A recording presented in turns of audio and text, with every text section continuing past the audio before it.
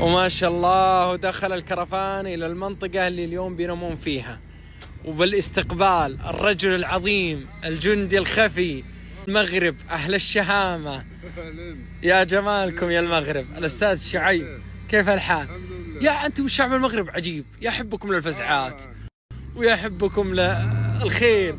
الشعب المغربي كيعاون اي واحد، كيعاون اليهودي، يعاون اوروبي، يعاون مسلم، كيعاون كل شيء. والله ونعم فيكم.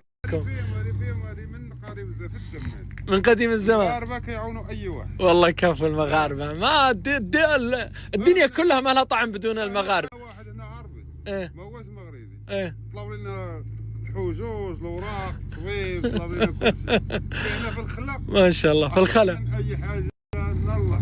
يقول لي طيب انتم تنامون هنا هنا ان شاء الله، هنا اتصال خيل، الماكله الخيل، الماكله كل شيء. ولو ما معكم كرفان اليوم وين تنامون؟ الحمد لله قدنا نسودها في شويه على البرد. لو ما في كرفان بتنامون في الخلا هنا؟ هنا يا رجل، يا الله كيف تحملتوا البرد؟ كيف ايطاليا الناس مزيانين. كيف تحملتوا البرد طيب؟ الصبر. اي والله الصبر. اصبر قرص النحل. اللي يبغى العسل يصبر من قرص النحل.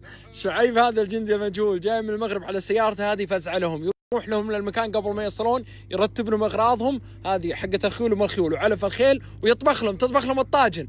ضروري فزعت لهم لانه كان قال عبد الله فزعت، قال ابشر بي احتزم بي وانا من المغرب الجميل. لكن اليوم جاهم الكرفان، اشوف امورهم تيسرت ان شاء الله باذن الله، ما في برد.